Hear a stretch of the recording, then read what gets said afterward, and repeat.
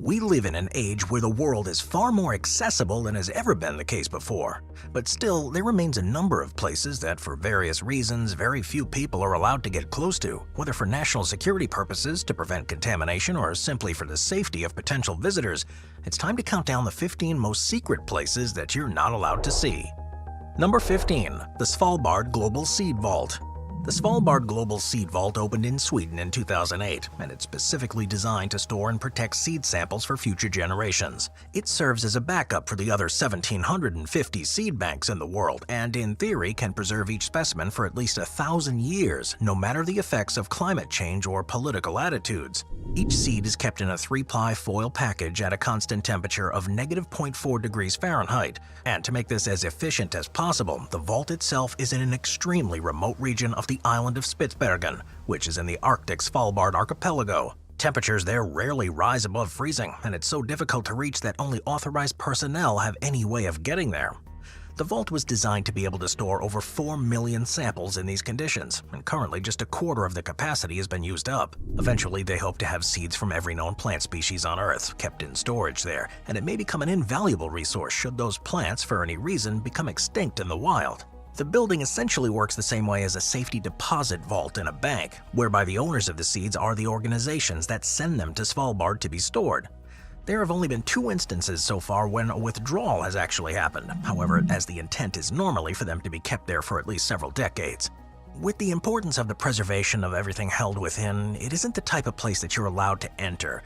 Only a very limited number of people have ever set side in that vault since it's opened, with it mostly being remotely operated and there being no permanent on-site staff. And each person who's been allowed in has had to pass an extensive security check and can only enter while wearing the correct protective clothing to eliminate any chance of contamination. Number 14. Cayo Santiago. Cayo Santiago is an island off the coast of Puerto Rico. It's commonly referred to as Monkey Island, but don't be under the impression that it's full of cute little animals ready to play with you, because the reality of this place is a lot darker. The story began in 1938 when American primatologist Clarence Ray Carpenter released 400 rhesus macaques. Rather than try to populate the island, he was the first of many to conduct experiments looking at the behavior in adverse situations. He realized that it would be much easier to breed a population close to home instead of chasing around for specimens in Africa, so his idea test site was born. For the following 80 years, the site was used to conduct tests that range from the harmless like observation to the more sinister such as disease research. Up until recently, there were almost 1,000 monkeys living on the island, and most of the time it seemed like they were observing the humans rather than the other way around. But you shouldn't get too close to them because they're all natural carriers of a virulent strain of herpes B, which is a form of the virus that can be deadly to humans. It's such a risk that the first thing any visitor to the island is told is to not let the monkey pee on you. As things stand now, the site is technically public property, so anyone can visit, but in reality, it's just official researchers who are able to visit the island, and tourists can only look at it from a distance. I think he's coming to get me. Number 13. Tomb of Qin Shi Huang. While digging a well in the Chinese town of Ziyang in 1974, a farmer made one of the most significant archaeological discoveries in Chinese history. This hole suddenly opened up into a vast cavern, and inside were thousands upon thousands of statues that have since become known as the Terracotta Army. After extensive studies, it's been determined that they were crafted over 38 years between 246 and 208 BC as a fitting tribute for the mausoleum of the first Qin emperor. Each figure is modeled after an individual person, so no 2 look alike, and there are believed to be as many as 8,000 of them. As well as the human figures, there are 100 chariots, 400 horses, and more than 10,000 weapons, which represent the largest known project of its sort to have ever been built. Originally, they would have been painted with vivid colors, but these have now faded to become what we see today. But beyond the famous army is a much wider complex that's virtually an entire underground city and includes an imperial palace almost a quarter of the size of the Forbidden City in Beijing.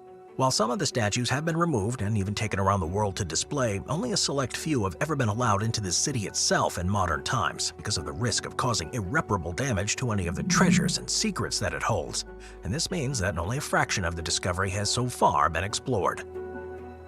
Number 12. Poveglia.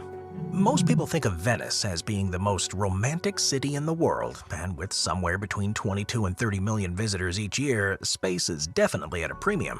There's an island in the lagoon, though, which no one's allowed to go to because of a serious health risk and because it's believed to be haunted. Poveglia was first inhabited in the year 421, but from 1776 it was used as a quarantine facility. Every ship that arrived in the area had to stop there first to be checked, and after several arrivals of crew infected with the bubonic plague, it became where infectious people were sent to either recover or die without passing it on to others. Following this, it was converted into a psychiatric hospital that became renowned for experimenting with new techniques, and the remains of some of these horrific treatments can still be seen on the island to this day. The ghosts of those who were mistreated are said to still roam the beaches, and workers who sail too close return with paranormal stories. There are plans to completely redevelop the island, but for now, the crumbling buildings are a reminder of its cruel history and a warning to anyone who dares venture near its shores. It's relatively easy to access though, which means that footage occasionally emerges of the rundown structures on the island. It is still classified as a health risk, however, so anyone doing so could end up regretting it. Number 11. Fort Meade. Named after a Union general from the United States Civil War, Fort Meade, which is in Maryland, is one of the most secretive places on American soil.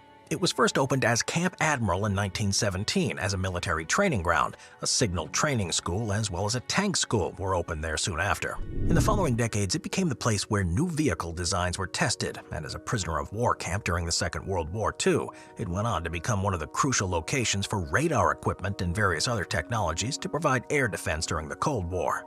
Fort Meade is now not only home to several Army divisions, but also the headquarters of the NSA, the United States Cyber Command, and the Navy's Cryptologic Warfare Group 6, and it's seen as so secure that it also serves as a backup storage facility for the most valuable items owned by the Library of Congress. While it is fairly easy to find out which organizations are based there, and even which buildings they're located in, that's about as much as the information about Fort Meade that we get. Actually, what happens on the site, from the new technologies being developed to the new techniques being used to keep the nation safe, they are highly guarded secrets, and ones that the average citizens don't have a chance of getting close to.